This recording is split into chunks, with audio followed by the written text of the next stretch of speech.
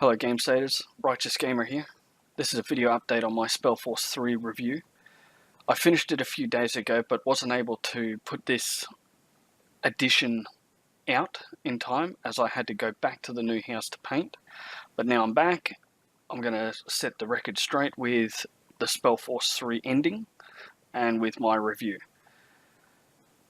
The ending was not what I expected.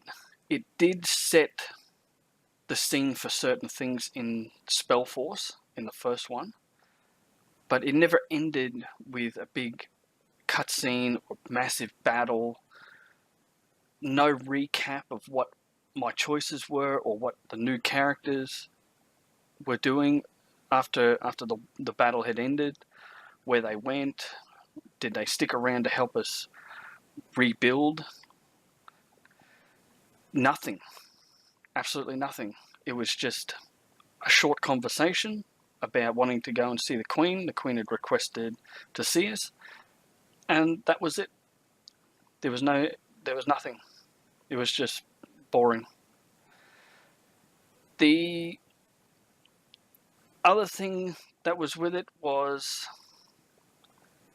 you can't equip your characters while you're at Moulandir, which is pretty much a pain in the ass, because you have all this gear and you can only equip them when you choose them in the mission area. So you've got to go into the mission area, pick your characters, go in there, then equip them, go back out, go back in again, choose all the other characters, and go back in and equip them. And then you have to go back out and once again pick what characters you want to take in with you, which could be easier if you did it with the first characters that you'd not play with and then did it with the ones that you do. That would be easier. But because of the ending and a few of the other issues that was with it, the other main issue that I have with it is the side quests. They were all character based. You couldn't do the side missions until you advanced the main story, and all these side missions were basically talk to your companions. Where are the side quests to go and collect stuff and bring it back? I got all these legendary weapons fragments but couldn't do anything with them. Where were the quests for those? There was no update to who I had to go and talk to hand those into. I think I got one for a sword, and that was a blade and hilt. And that was it. The rest were just a nothing. So I'm going to drop my score down to 6 out of 10. As I said, I haven't quite figured out a proper system yet, and once I do, that's when I'll explain what the system is, what each number is going to represent. I am going to go for a 1 to 10 rather than a percentage or out of 100 or anything like that. It's just going to be 1 to 10. Simple, easy. Each number will basically cover a different aspect of the game. Like 1 will be absolutely terrible. There was nothing good about it. 10 will be Witcher 3 style. Everything about it was incredible, from the graphics to the sound, the music, the combat, the story, the characters, everything. Nothing was wrong with it. That's how I want it to go, and then I'll fill in each number in between and what they will cover.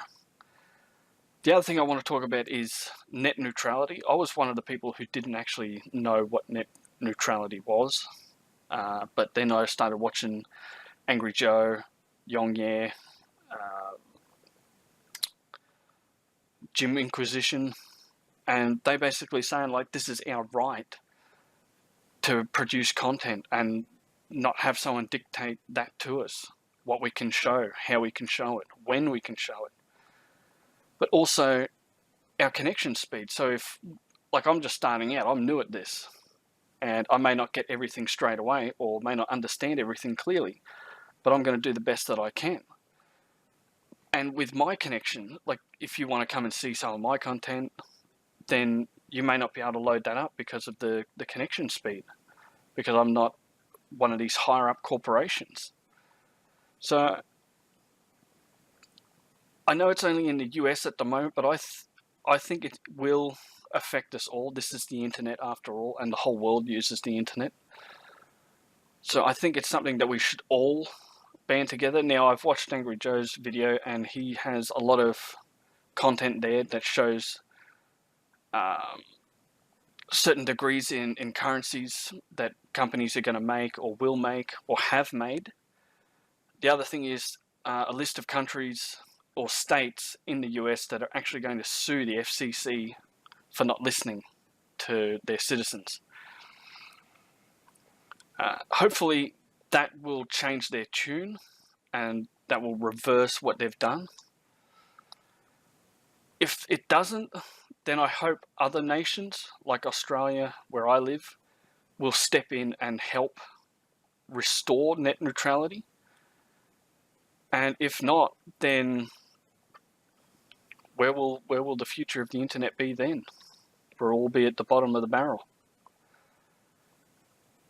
Well, that's it, guys.